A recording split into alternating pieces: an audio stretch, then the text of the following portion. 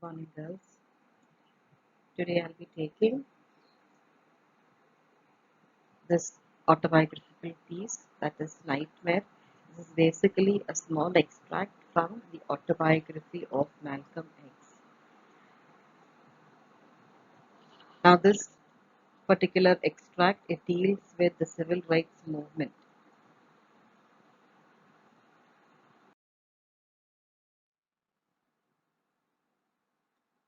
Now, let me tell you more about the author, Malcolm X.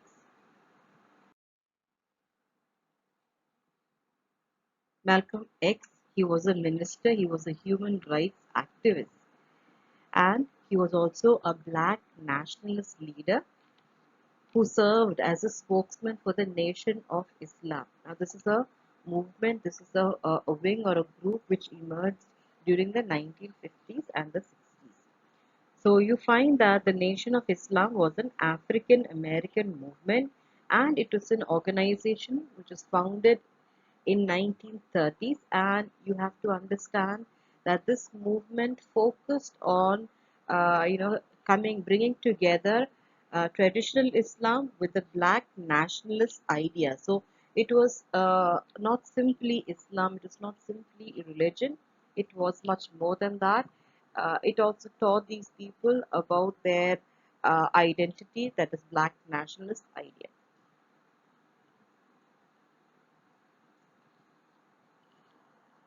So this, if you look at Malcolm X and his life, you understand the kind of struggles that he had to go through and how he changed his life, how he had to suffer, and it was during his imprisonment that he underwent a major transformation.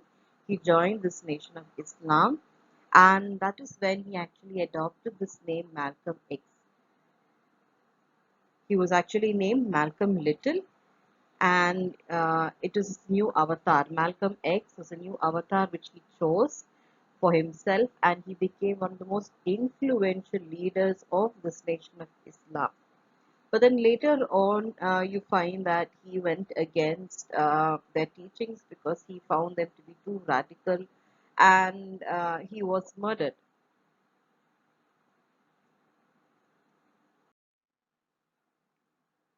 Now, I just wanted to introduce Malcolm's family. If you look at Malcolm Little's family, because this particular chapter talks about Malcolm, his childhood. So if you look at his family consists of his father. He was called Reverend Earl Little. He was Malcolm's father. He was also a Baptist minister. Louis Little was Malcolm's mother. She was more white than black, and she was educated, and I believe she was more civilized when compared to his father. And these are all his siblings. One is Wilfred, Filbert, Reginald, Hilda. So Wilfred, Filbert, and Hilda, they were older children when compared to Malcolm and all his other younger siblings. So this is Malcolm's entire family.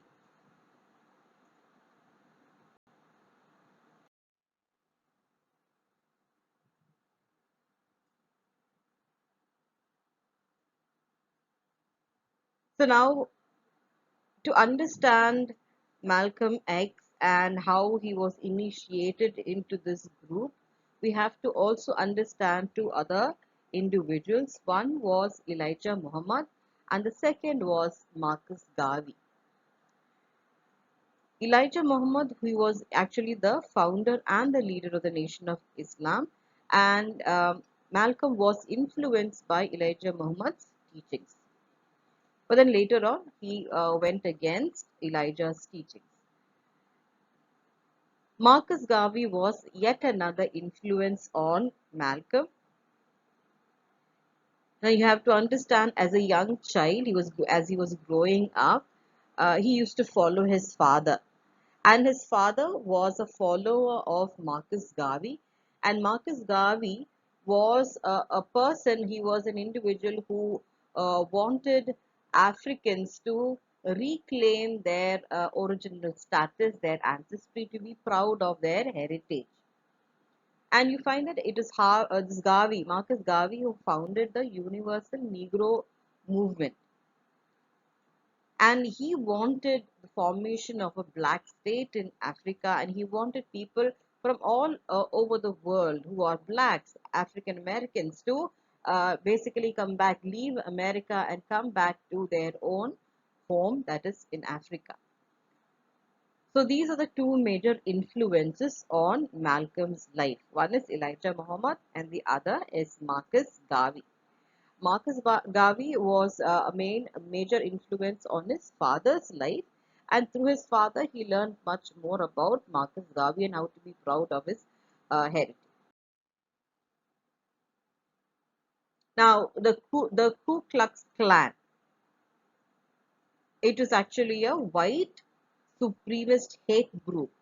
Now, this group basically went against or targeted men of color or people of color, that is the African Americans. And they believed in the pure blood, the concept of pure blood. So, they were basically against all the other minorities, that would include Jews, immigrants, leftists, homosexuals, etc. Now, the reason why I mentioned about the Ku Klux Klan is because at the very outset of this particular extract, you get to know about this particular group. Now, let me begin with this chapter. Born Malcolm Little in the American town of Omaha, Nebraska, Malcolm was the son of Lewis and Earl Little. His father was a Baptist preacher who advocated the black nationalist ideals of Marcus Garvey, as a result of which his family was often targeted by the white supremacists. Now, because his father was a Baptist preacher, he was also a person who advocated the need, the importance of black nationalism, or the fact that blacks have their own country, they have their own identity, they should be proud of their own identity, their heritage. When he spoke about things like that, it created a problem with the white supremacists, and that was one of the main reasons why white supremacists used to target his family. So this is the conflict at the very outset, and you have to understand at this time Malcolm was a young child. Now, when Malcolm was 4 years old, the family home was burned down by a white supremacist group. So, at the at an impressionable age of 4, the first thing that he witnesses is the burning of his own home by the white supremacist group. And then 2 years later, his father died in an accident, but it was rumored he had been killed by members of the same racist group. Although he was an excellent student, Malcolm dropped out of school in his early teens and made a living from odd jobs and eventually petty crime. In 1946, Malcolm was sent to prison on a burglary conviction. It was there that he encountered the teachings of Elijah Muhammad, the leader of the Nation of Islam, whose members were popularly known as Black Muslims. It was also during this time that he dropped his surname and began to call himself Malcolm X. Now, due largely to the efforts of Malcolm X, the Nation of Islam grew from a mere 400 members at the time he was released from prison in 1952 to 40,000 members by 1960. Articulate, passionate, and a naturally gifted and inspirational orator, Malcolm he basically urged blacks to cast off the shackles of racism by any means necessary, including violence. So you have to understand the Nation of Islam was a rather violent group. They advocated the need for freedom at any cost, by any necessary means, including violence. And you have to understand, it is this violence which kills Malcolm himself. He was assassinated by three members of the Nation of Islam after he withdrew from the organization. Now, uh, he realized that he could not really agree with all the principles and policies of the Nation of Islam, and so he withdrew from that particular group. And immediately, soon after that, he was assassinated by three members from that same group. So now this excerpt, which is the first chapter of the autobiography of Malcolm X, it is a graphic illustration of racial violence and the precarious, that is very uncertain, insecure existence of African Americans in the United States of America. The shocking incidents are narrated from Malcolm X's daily experiences of vandalism. Now, what exactly is vandalism? It is a deliberate destruction of public property. The daily experience of vandalism, violent physical assault, poverty, and humiliation, all of which formed the reality of African American lives in the US at the time. So you have to understand this is the kind of personal history, his background, and this must have been the reason why he lived such a violent life and how he died in a violent manner as well. Now we begin. When my mother was pregnant with me, she told me later, a party of hooded Ku Klux Klan riders galloped up to our home in Omaha. See, as you can see, the the Ku Klux Klan, they are a very secret organization of white Protestant men. So these white Protestant men in the US, they promoted violence against black people. So when my mother was pregnant with me, so you have to understand when the story begins, Malcolm was not even born. He was in his mother's womb. And this was later on narrated by his mother. So she told me later, a party of hooded Ku Klux Klan riders galloped up to our home in Omaha, Nebraska one night, surrounding the house, brandishing, that is, waving their shotguns and rifles. They shouted for my father to come out. My mother went to the front door and opened it. Standing where they could see her pregnant condition, she told them that she was alone with her three small children and that my father was away preaching in Milwaukee. The clansmen shouted threats and warnings at her that we had better get out of town because the good Christian white people were not going to stand for my father spreading trouble among the good Negroes of Omaha with the Back to Africa preachings of Marcus Garvey.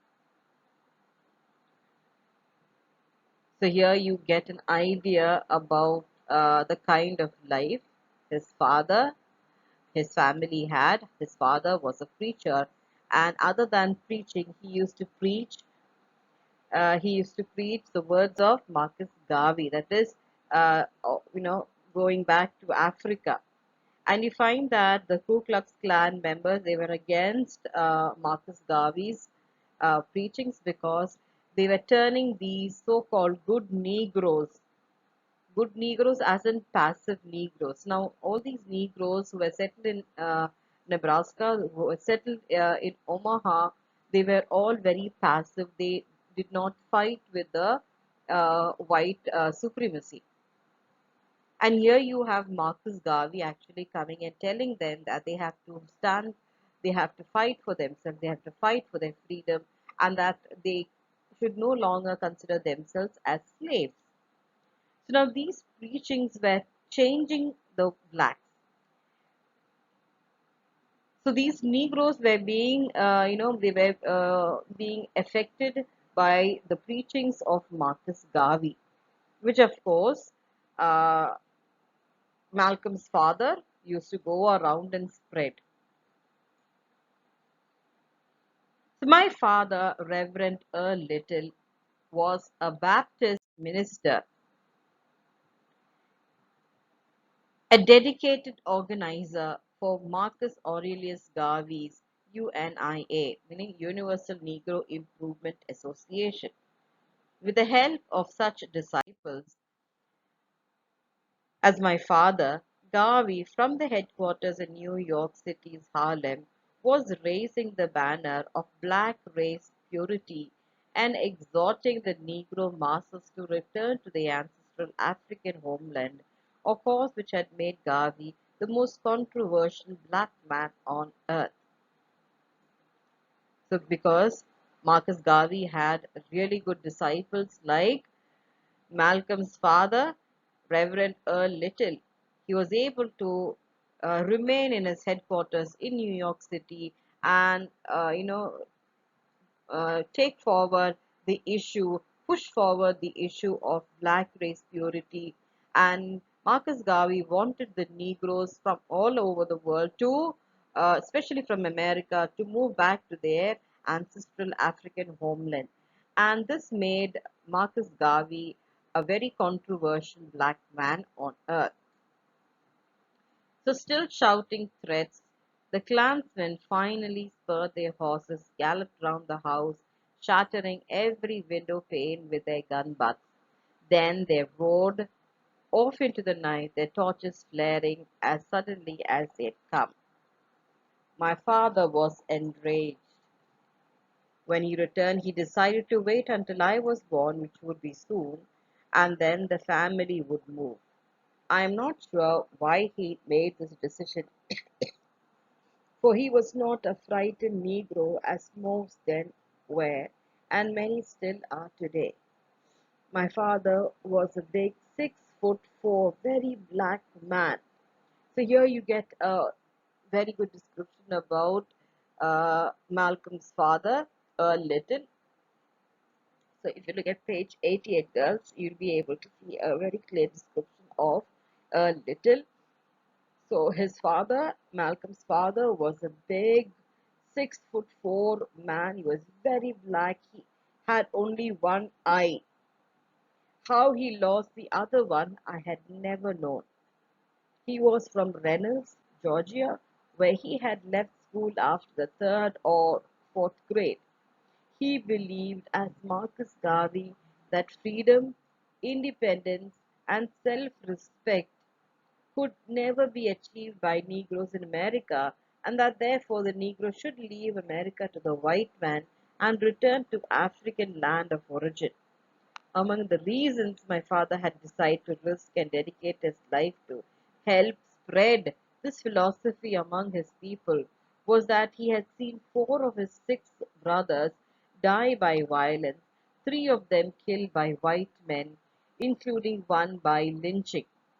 What you know, I hope you know what lynching is. It's a practice of murdering a group of people who get together and murder. So you have to understand the reason why he started supporting Marcus Garvey. Because, like Marcus Garvey, he believed that America should be left to white people. African Americans had no position, no status, no standing in a country like America, because he had witnessed violence. He had witnessed the death of, he had seen four of his six brothers die in violence, and three of his brothers were killed by white men. So that is one reason why he felt that there is no place for them in America, and that they should go back to Africa because Africa is their homeland. Now, what my father could not know then was that of the remaining three, including himself, only one, my Uncle Jim, would die in bed of natural causes. So you understand that later on, even Earl Little, as well as the others, except for Uncle Jim, they all died a very violent death. They all died violent deaths. The northern white police were later to shoot my uncle Oscar, and my father was finally himself to die by the white man's hand.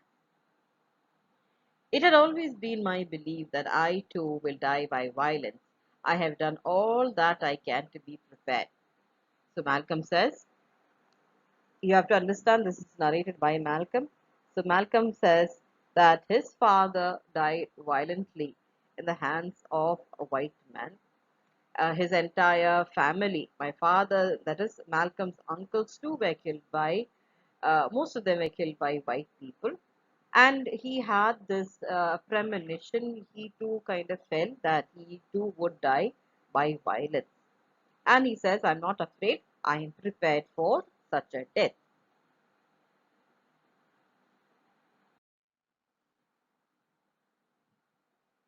Now you find Malcolm talks about his siblings and about himself. He says, I was my father's seventh child. He had three children by a previous marriage, Ella, Earl, and Mary, who lived in Boston. So Malcolm's mother was Earl Little's second wife. And from Earl Little's first marriage, he had three children. That is Ella, Earl, and Mary. So you find Malcolm's father had met his mother in Philadelphia, where their first child, my oldest brother Wilfred, was born. They moved from Philadelphia to Omaha, where Hilda and then Filbert were born. Remember, girls, earlier I had mentioned about Malcolm's siblings, and it is Wilfred, Hilda, and Filbert who were the eldest. They were the senior, they were the bigger children. I was next in line. My mother was 28 when I was born on May 19, 1925 in an Omaha hospital. Then we moved to Milwaukee, where Reginald was born. From infancy, he had some kind of hernia condition which was to handicap him physically for the rest of his life. So the next person after Wilfred, Hilda, and Filbert, you have Malcolm.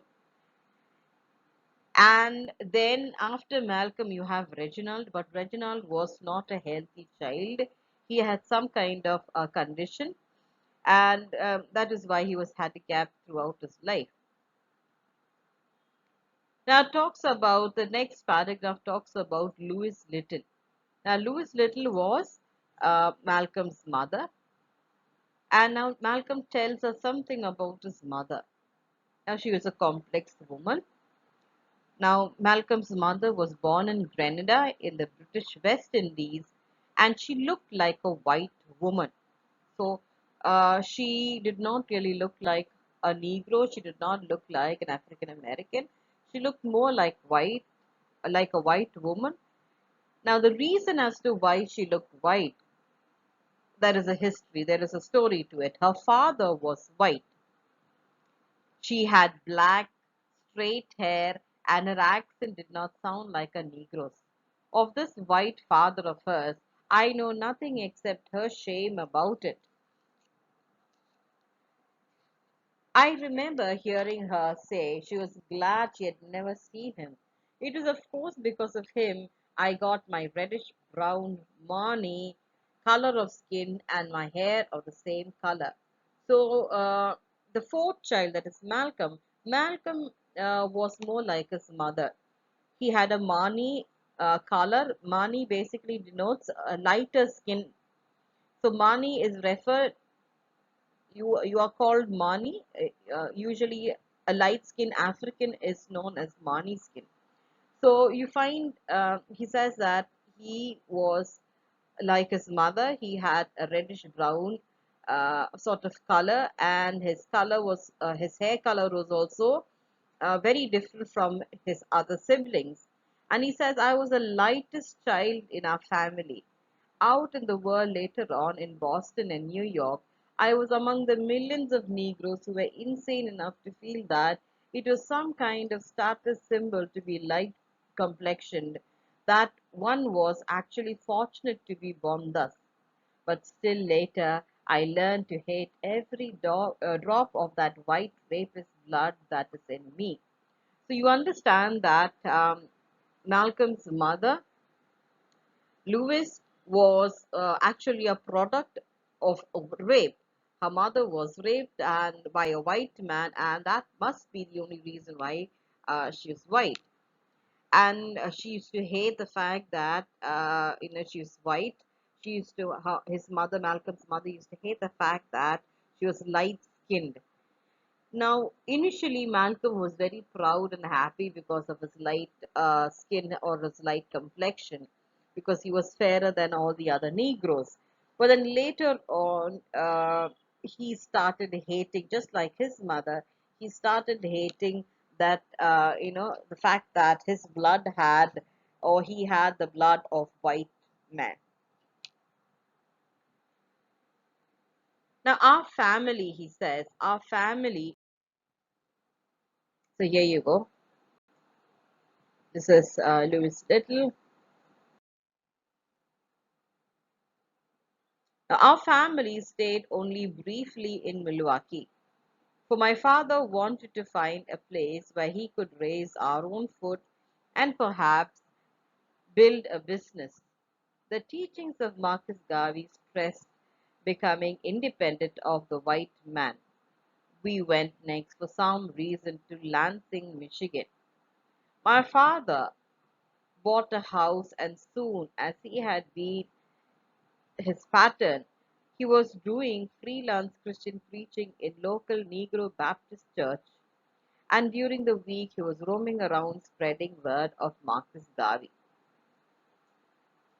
So after staying a bit in Milwaukee, you find the entire family shifts to Lansing, that is an area in Michigan. And Earl, he was a very proud, independent sort of a man. He wanted to, raise his own crops, and he had this dream of opening his own store. You have to understand, it's very difficult for a black man, a Negro, to own anything, especially a store. But he wanted to be a businessman. So now in Lansing, you find Malcolm's father. He buys him a house, quite a big house, and then he began to revert to his usual pattern. Now, because he was a preacher, he went around preaching, uh, freelance preaching in all the Negro Baptist churches. And whenever he was free during the week, he used to go around spreading the word of Marcus Garvey. Now, this is his style, or this is his lifestyle. He had begun to lay away savings for the store he had always wanted to own when, as always, some stupid local Uncle Tom Negroes began to funnel stories about his revolutionary beliefs to the local white people. So you find Malcolm's father had slowly begun to, set aside money for this store. He'd always wanted to own a store, but it never was possible for him to buy a store, because usually some Negro would create stories that Malcolm's father was a revolutionary, was spreading revolutionary ideas, and then you would have people coming out to threaten his family, and they would have to move from one region to another region. This is usually what used to happen to the little family. Now, this time, the get out of town threats came from a local hate society called the Black Legion. So now you have a new group called the Black Legion. They started, threatening this family. Now they wore black robes instead of white. Soon, nearly everywhere my father went, Black Legionnaires were reviling him as an uppity nigger for wanting to own a store, for living outside the Lansing Negro district, for spreading unrest and dissension among the good niggers. So you find this militia group again is a supremacist group, and they were very different from the Ku Klux Klan. They used to wear black robes, and they used to go around, they used to spread unrest among Negroes. They used to spread news about this man, that is Malcolm's father. Now, as in Omaha during this time, my mother was pregnant again, and this time with my youngest sister. Now, shortly after Yon was born came the nightmare night in 1929. So now he remembers this particular night, and he says, "This is a nightmare." because this is something that he vividly remembers. I remember being suddenly snatched awake in a frightening confusion of pistol shots and shouting and smoke and flames. My father had shouted and shot at the two white men who had set the fire and were running away. Our home was burning down around us. We were lunging and bumping and tumbling all over each other trying to escape. My mother, with the baby in her arms, just made it into the yard before the house crashed in, showering sparks. I remember we were outside in the night in our underwear, crying and yelling our heads off. The white police and firemen came and stood around watching as the house burned to the ground. So now this is one incident that Malcolm recalls with precision and horror. One night in 1922, now Malcolm says this is one vivid, very clear memory that he has. He remembers going to sleep and suddenly uh, you find he was woken awake and there was confusion because he could hear pistol shots and his father was shouting. And he remembers seeing his father shoot two white men because they had actually set fire to their house and they were running away. Since the house is burning down, these children they had to get out somehow or the other. So they were pouncing and they were diving and they were crashing into each other. There was a lot of confusion, and his mother she was with a she was with a baby in her arms, and his mother had barely made it out into the yard when the entire house came crashing down. And he remembers, standing outside the house, and remember it was very cold, and they were all wearing their underwear. They were crying and they were screaming. And then you find the white police and the firemen. They came and stood around watching as the house burned to the ground. The police and the firemen, they did not do anything, just stood there watching as a house burned down to the ground.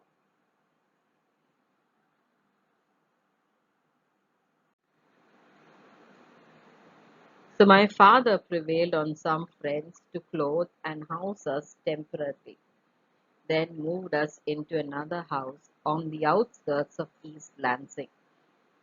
Since he did not have anything with him, his father little had to ask, get help from his friends, and temporarily they were shifted to another house which was on the outskirts of East Lansing. Now, in East Lansing, you find it is a proper place, it is a place for whites. And in those days, Negroes weren't allowed after dark in East Lansing proper. That's where the Michigan State University is located. I related all of this to an audience of students when I spoke there in January 1963 and had the first reunion in a long while with my younger brother Robert, who was there doing postgraduate studies in psychology. I told them how East Lansing harassed us so much that we had to move again, this time 2 miles out of town into the country. This is where my father built for us with his own hands a 4-room house. So he talks about uh, East Lansing and how they spend their time there. So East Lansing proper, it's a place where you have the Michigan State University. So in this place, you find after it gets dark, black people were not allowed to roam around. There was a curfew, but it's a curfew only for the black people. And you find there was a lot of discrimination. Blacks were treated miserably, and Malcolm remembers, addressing students, talking to students at a reunion where his younger brother Robert was actually studying. He was studying at this point in the same university where they had to actually run away from earlier. And Malcolm talks about how this area, East Lansing, had harassed them when he was a young child. Now, you find Malcolm talks about not just what happened in East Lansing, but he talks about the trauma that they all went through. Now he says that we had to move out of town. East Lansing, it was too much of a hassle to live in East Lansing because they were harassing the black family, especially Earl Littles's family, so they could not live there any longer. So they had to move 2 miles out of town into the country, and they lived in the countryside. And you find there the father built a house with his own 2 hands for them. At this time, you find Malcolm had grown up a little bit. Now he starts remembering things properly. Now he says, "This is the place. This is the house that I remember. But this is the house where I grew up. I started to grow up." Now he says, "After the fire, I remember that my father was called in and questioned about a permit for the pistol with which he had shot at the white men who set the fire. I remember that the police were always dropping by our house, shoving things around, just checking or looking for a gun. The pistol they were looking for, which they never found, and for which they wouldn't issue a permit, was sewed up inside a pillow. My father's .22 rifle and his shotgun, though, were right out in the open. Everyone had them for hunting birds and rabbits and other game." So now here he talks about how the police, of course, the white police, how they began to target Earl Little's family. They wanted to find out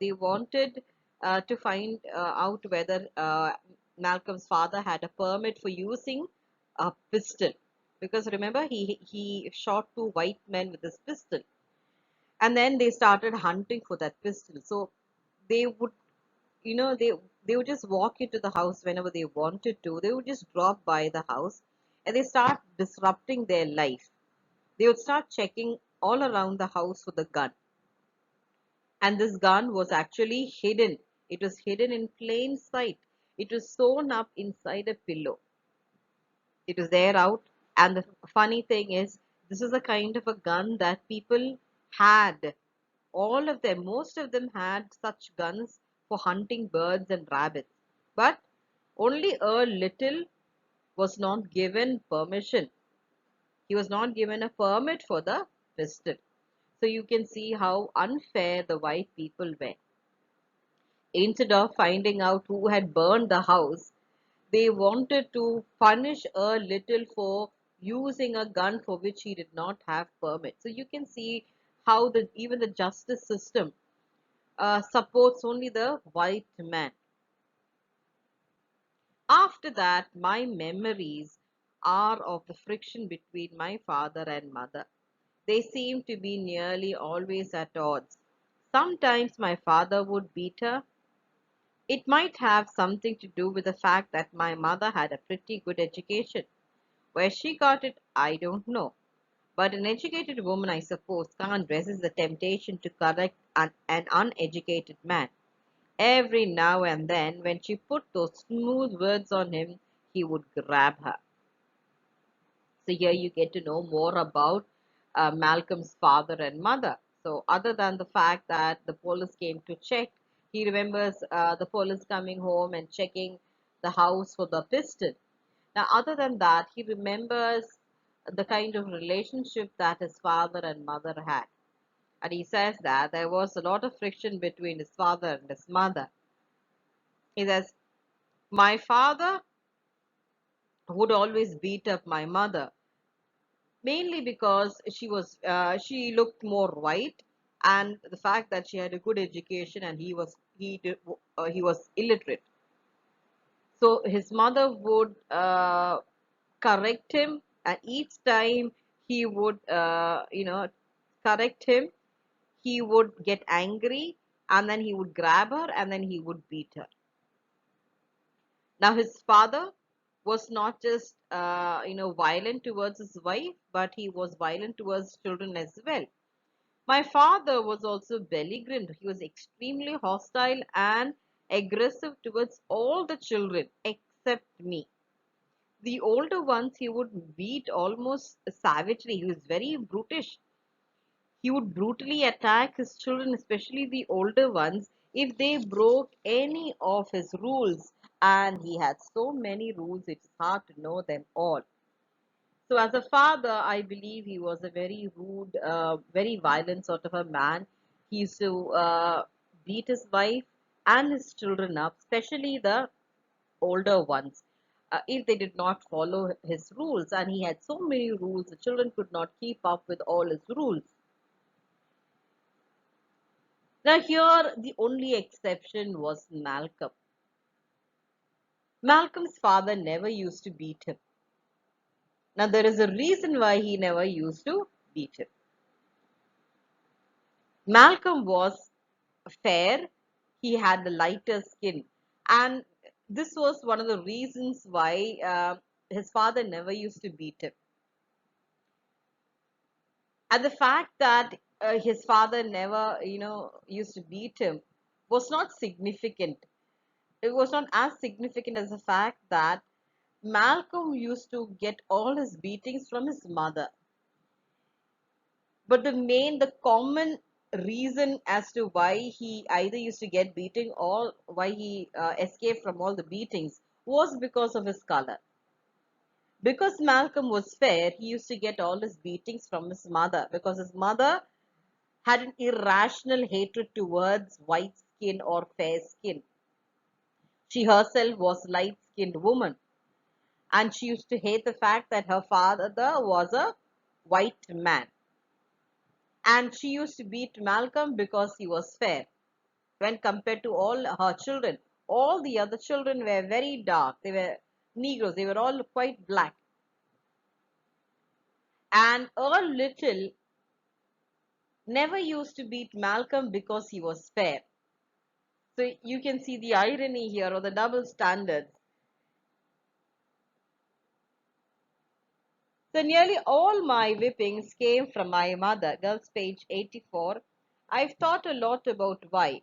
I actually believe that as anti-white as my father was, he was subconsciously so afflicted with the white man's brainwashing of Negroes that he inclined to favor the light ones, and I was his lightest child. Most Negro parents in those days would almost instinctively treat any lighter children better than they did the darker ones.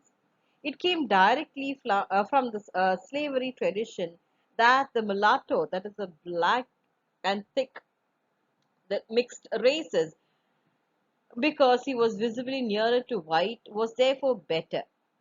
My two other images of my father are both outside the home. One was his role as Baptist preacher. So now he says that even though my father was anti-white, he was subconsciously, attracted to anything that was white, and he favored the light ones, and that is the reason why Malcolm's father used to prefer Malcolm to all the other children.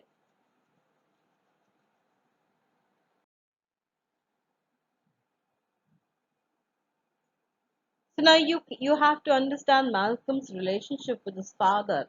It is a sort of a mixed reaction, I believe. He had mixed feelings for his father. He was in awe of his father. At the same time, he did not really like him. So it was more of a love-hate sort of a relationship he had with his father. So, of all the images he had of his father, he says, the most important ones are that of outside the house, that is his role as a Baptist preacher. Now, Malcolm's father, he was never a regular pastor, he was not a permanent pastor in any of the churches. He was always a visiting preacher.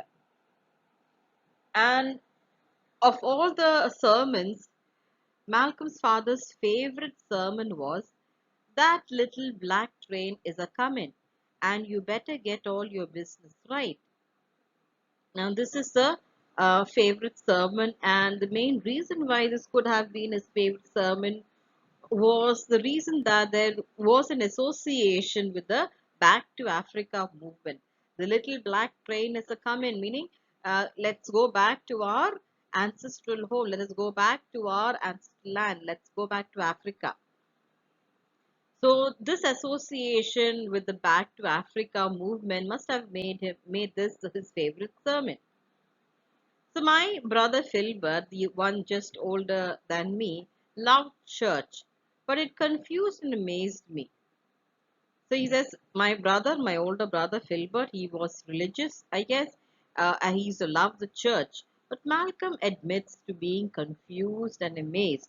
I would sit Google-eyed at my father jumping and shouting as he preached with the congregation, jumping and shouting behind him, their souls and bodies devoted to singing and praying. Even at a young age, I just couldn't believe in the Christian concept of Jesus as someone divine. So Malcolm admits to not having, believing in Christianity or having certain inhibitions when it came to church sermons. He says he did not really understand, he did not feel it. Like Filbert, Filbert loved church. But Malcolm says, I used to sit and watch and wonder why people were jumping and screaming and singing. And he says, he did not really understand the concept, the Christian concept of Jesus as someone divine. He could not really accept Jesus as God. And no religious person until I was a man in my 20s and then in prison could tell me anything. I had very little respect for most people who represented religion. So here you understand that he did not really have faith in religion as such, not just Christianity, but any religion. And all that changed when he was sent to prison. That is when he was associated, when he was moved by the preachings of Elijah Muhammad and how he gets converted to Islam. And he says that I did not really understand Christianity. I did not understand or feel anything for Jesus or the Christian concepts. But later on, I understood certain things, he says. Now we're coming back to his idea about his father. Now it was in his role as a preacher that my father had most contact with the Negroes of Lansing. Believe me when I tell you that those Negroes were in bad shape then. They are still in bad shape, though in a different way. So now he talks about Negroes of Lansing. Remember where you have the university, Michigan State University? So he says there is something wrong with the Negroes of Lansing. They are in a bad shape. Now, what do you mean by bad shape? And he describes and says that these black Negroes, these blacks of a Lansing, they have a very misguided sense of self. Their identity was completely, it is a sort of a confused identity because they belong to a category of, they were self-satisfied, they were very passive, complacent, misguided, middle-class Negroes, the typical status symbol oriented, integration seeking type of Negroes. So these were people who wanted to be part of the white society. They used to mimic and imitate the white people. They wanted to be part, they wanted to be associated with the whites. And that is why he says there was something wrong with the people there, the blacks there. And he goes on to, um, tell us about these so-called Negroes. He says, just recently I was standing in a lobby at the United Nations talking with an African ambassador and his wife when a Negro came up to me and said, you know me, I was a little embarrassed because I thought he was someone I should remember. It turned out that he was one of those bragging, self-satisfied, middle class Lansing Negroes. I wasn't ingratiated.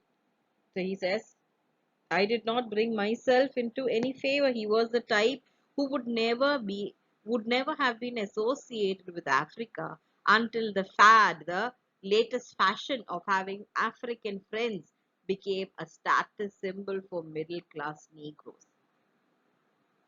So he says that these Lansing Negroes were a group of uh, you know self-satisfied middle-class Negroes who wanted to do things because that was a trend or that was something that would create or you know bring up their status in society.